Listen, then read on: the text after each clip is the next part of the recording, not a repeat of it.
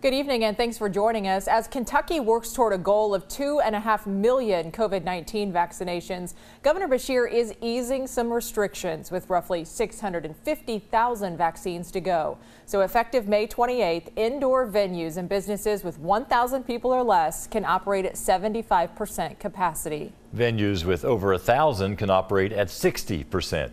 But as Chad Hedrick explains, restaurants say the new capacity limit won't be of any help as long as distancing guidelines are still in place.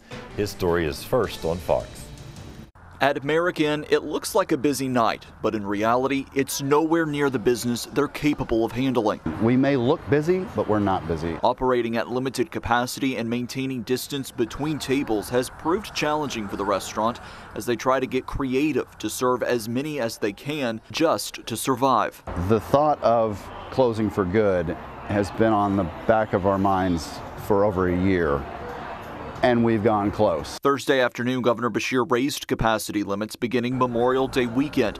But manager Clay Burke says as long as distance requirements are still enforced, it doesn't really help. When you still have to maintain so much footage between tables, you can do 100% and still look like 50%. The governor says lifting of all restrictions is coming and could be just a couple months away. CDC is now projecting a sharp decline in COVID cases in the U.S. by July.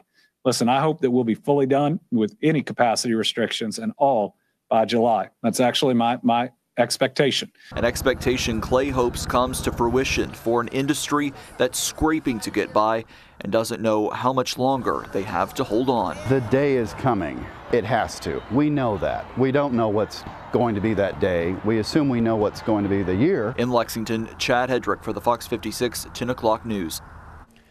The restaurant says it's also gotten many bad reviews from customers just because of struggles with capacity restrictions and staffing shortages.